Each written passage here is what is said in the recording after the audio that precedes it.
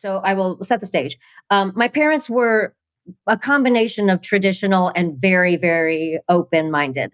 And so there were certain things that they were very like treated us like adults. All, we were always felt very intelligent, very respected. And then there were certain rules that were very traditional. So my mom had decreed, under no circumstances are you to date until you are 16 years old.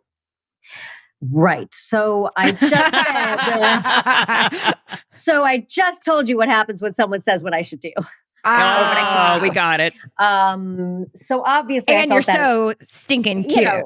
Well, thank you. At the time, I didn't feel that way, and I was definitely, I didn't look like the gals that I in the school that I grew up in. But I took it more as a challenge, I think, than as a rule. So, in 8th grade, there was this lovely, lovely guy. His name is Keo Powell. He's still out there in the world, and he's very, very sweet.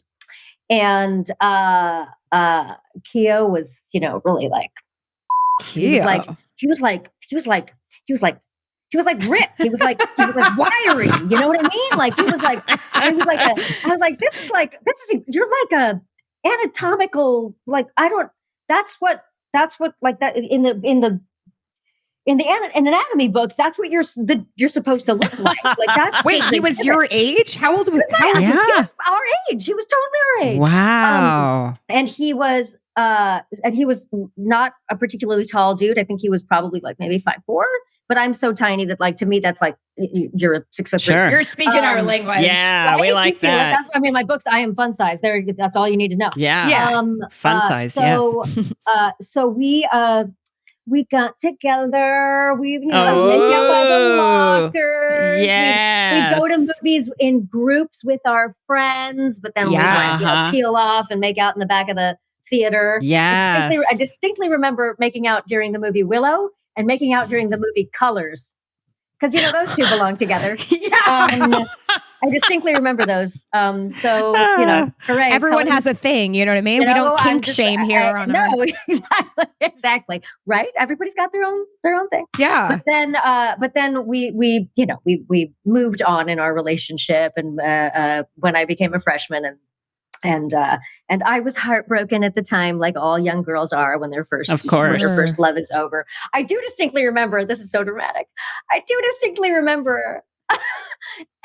Oh God. Okay. In 8th grade, there was this award you could get at the end of the year in 8th grade called the American Legion Award, which was for like most well-rounded, you do all the things person. And I was a strong candidate for it. Of course. They did not encourage dating, flirting, touching, all of that stuff in our school. Bummer. And so I knew that there was one of the teachers who was in charge of like deciding who the American Legion Award went to, who had seen me and Keo kind of, being flirty McFlirty. And I remember turning to my best friend and saying, they can't keep the award from me for love, can they? Drama.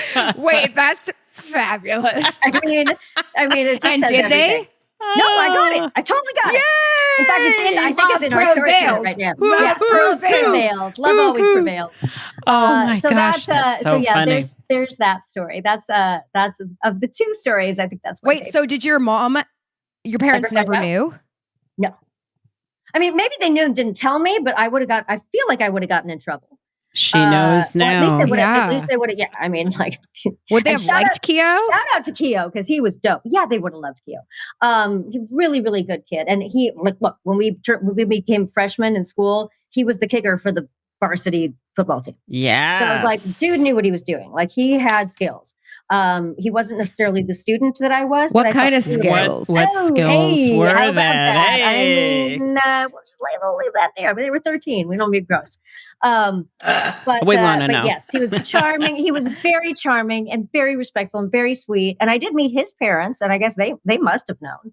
I feel like your parents knew. They had to have, but I don't know. I don't know. I really don't know, because here's the other thing. My mom was an obstetrician gynecologist, so she was on high alert for like anything that could go horribly wrong with my life a little too early, or anything that could make anything that could happen early that would go horribly wrong. That's what I mean. Yeah. So Yeah, she was very on high alert. Did your mom give you pap smears? No. That was not. I actually don't think I actually went for a normal checkup until after I moved out of the house. Okay, I'm like, is that crossing a line? Like, it's funny. I don't know if it would have been. It's hard to say because they were definitely like.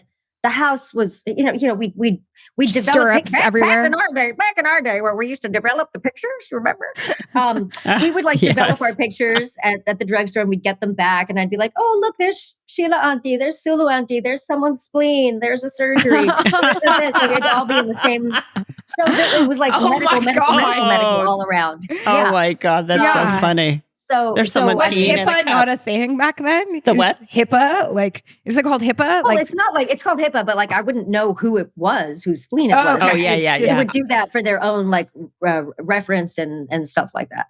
Got it. Mystery vaginas. Yes, exactly. A 10-year account of.